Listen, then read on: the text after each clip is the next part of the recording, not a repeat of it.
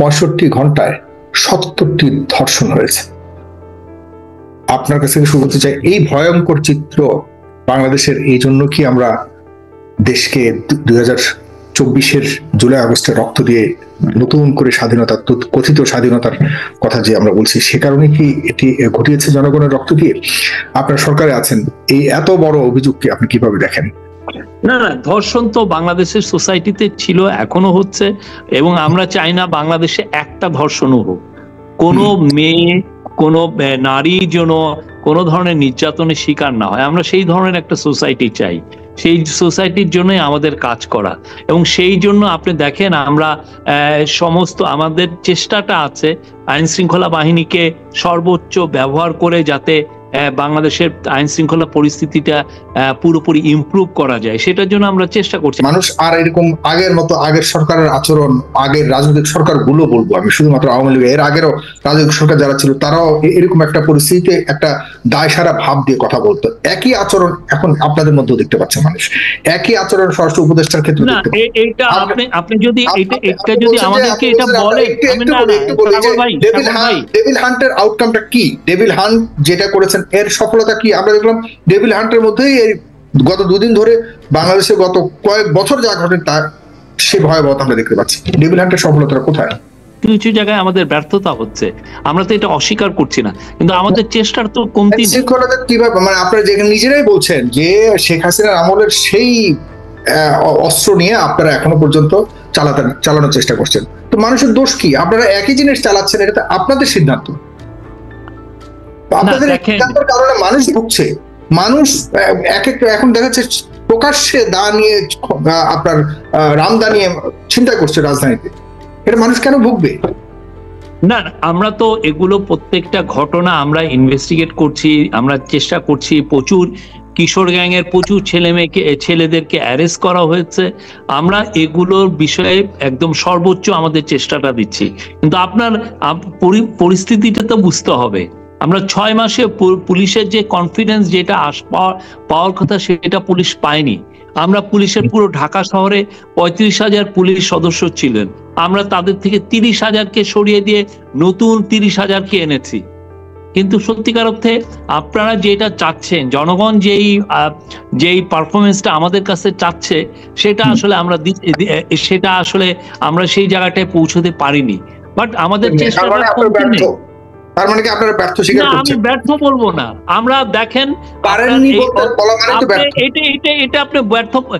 আমরা পুরো দেশ জুড়ে আমরা এমন একটা পরিস্থিতি এনেছি যাতে কোনো ধরনের রিট্রিবিউশনের জায়গা তৈরি না হয়, রিভেঞ্জ। এটা আপনি যদি আমাদেরকে ক্রেডিট না দেন তাহলে এটা তো ক্রেডিট আমরা দিতে চাই, কারণ আপনারা যে দায়িত্ব ছিল আপনাদের, যে অপরাজিত সরকারের অপরাধীদেরকে ধরা এবং তাদেরকে শাস্তির সম্মুখীন করা, আপনারা সেটা তো পারেন নাই। আর যারা অত্যাচারিত হয়েছে গত 17 বছর ধরে, তাদেরকে আপনারা যেন ঘটনা না ঘটে, তারা যেন সেখানে সফলতা পেয়েছেন। আমি আমার সমস্ত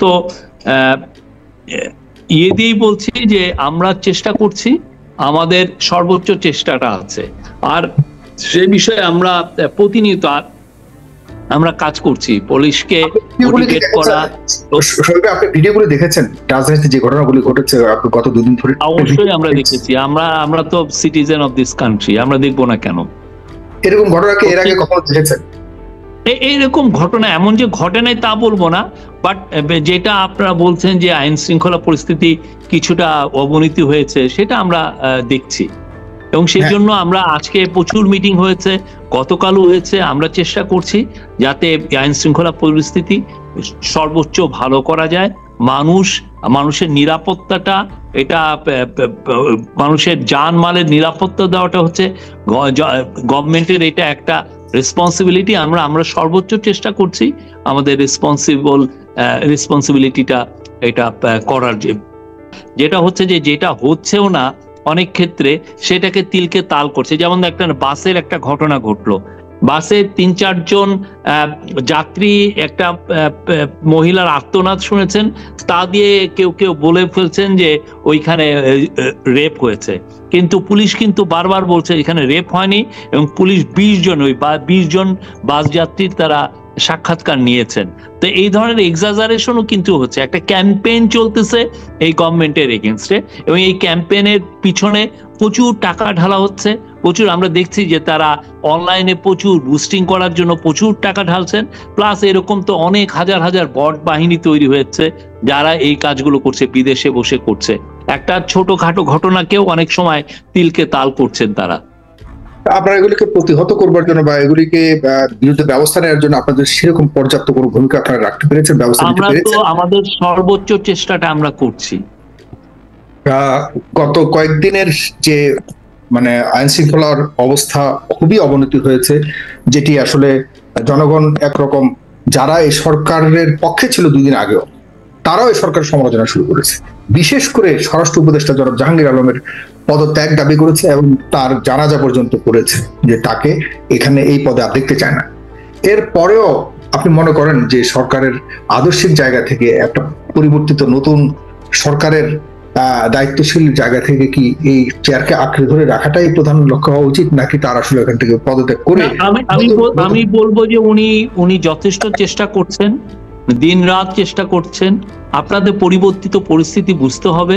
আপনি দেখেন মানুষের এক্সপেকটেশনটা কি। মানুষের এক্সপেকটেশন হচ্ছে আমাদের পুলিশ বাহিনী কাউকে লাঠিচার্জও করবে না। মানুষের এক্সপেকটেশন হচ্ছে যে আমাদের পুলিশ বাহিনী কাউকে টিয়ার গ্যাস মারবে না, কাউকে রাবার বুলেট ছুড়বে না, বা লাইভ বুলেটের তো প্রশ্নই উঠে না। তো মানুষের যে এক্সপেকটেশন, এই এক্সপেকটেশনকে আমার ব্যালেন্সিং করতে হচ্ছে।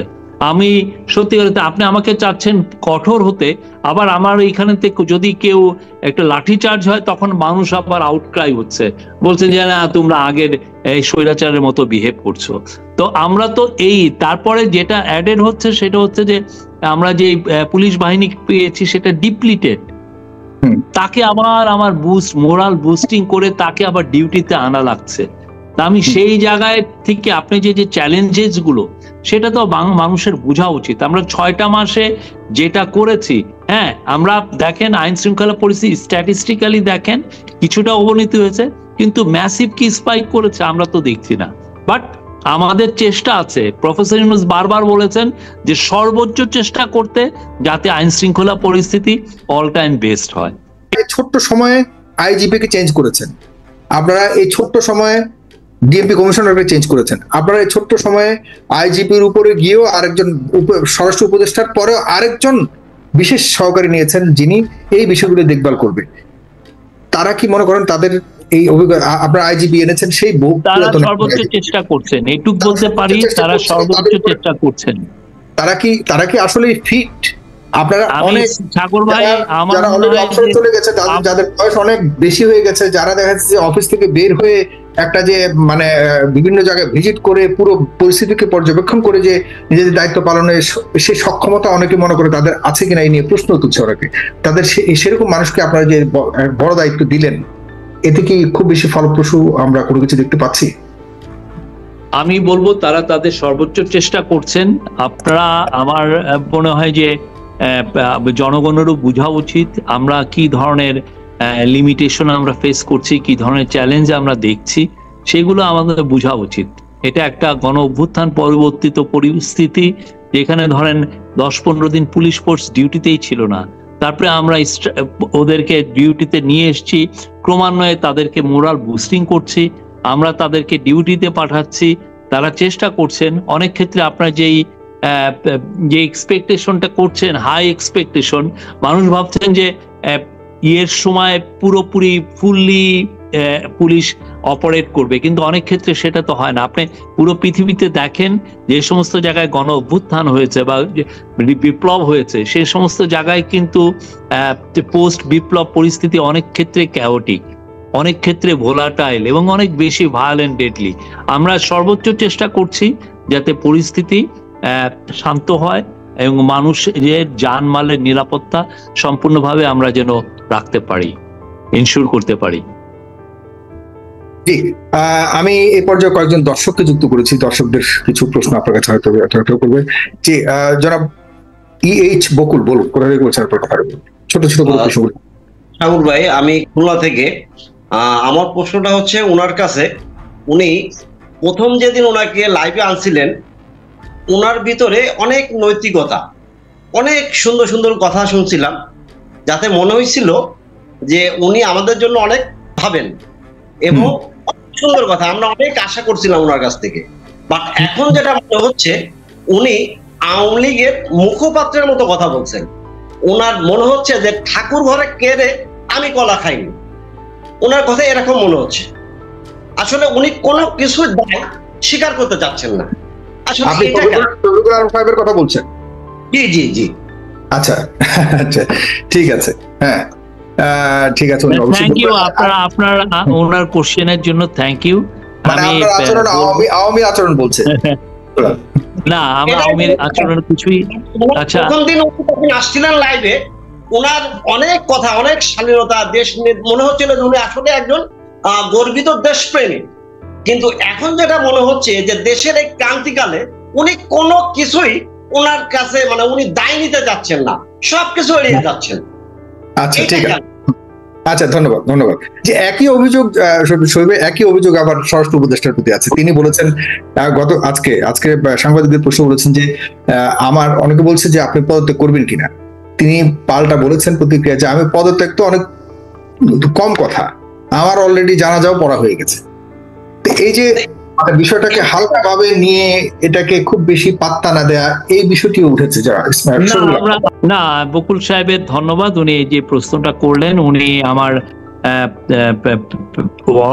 আমাকে প্রথমবার উনি যখন দেখেছেন আর এখন যেটা হচ্ছেন, আমি উনাকে বলবো যে উনিকে অ্যাসিওর করতে চাচ্ছি আমাদের সর্বোচ্চ চেষ্টা আছে।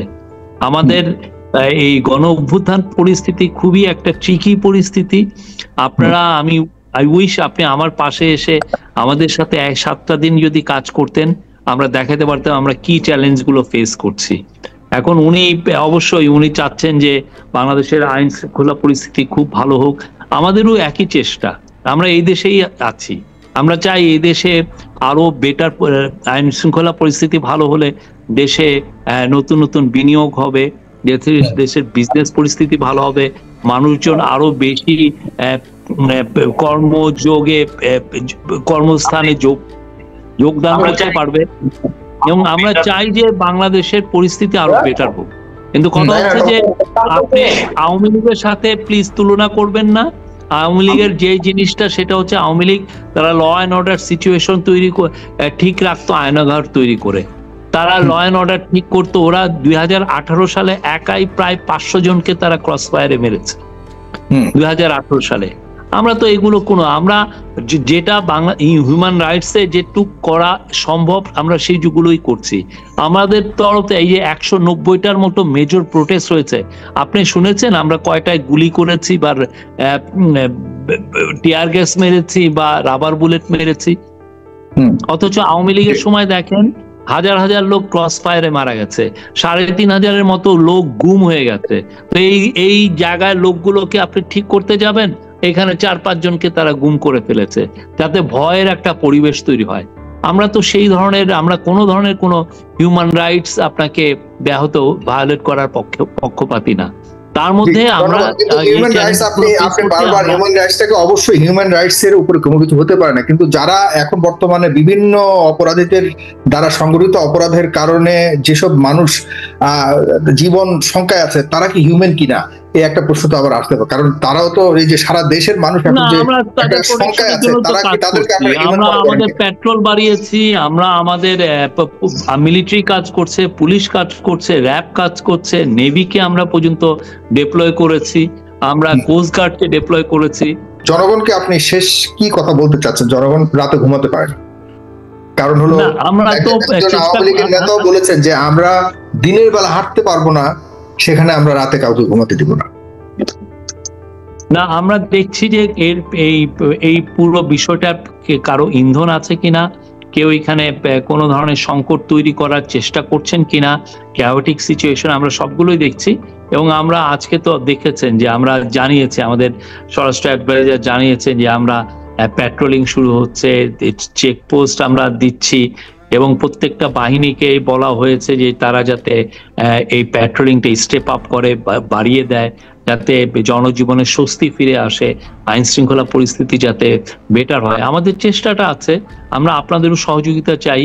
আর আমরা সবাইকে বলবো কেউ আইন নিজের হাতে তুলে নেবেন না, আইনের মতো যাতে চলতে দেওয়া হয়। এবং আমরা চাই একটা rule base society, rule of law এখানে স্ট্যাবলিশ হোক এবং প্রত্যেকটা লোকের হিউম্যান রাইটস সেখানে আপহোল্ড থাকুক।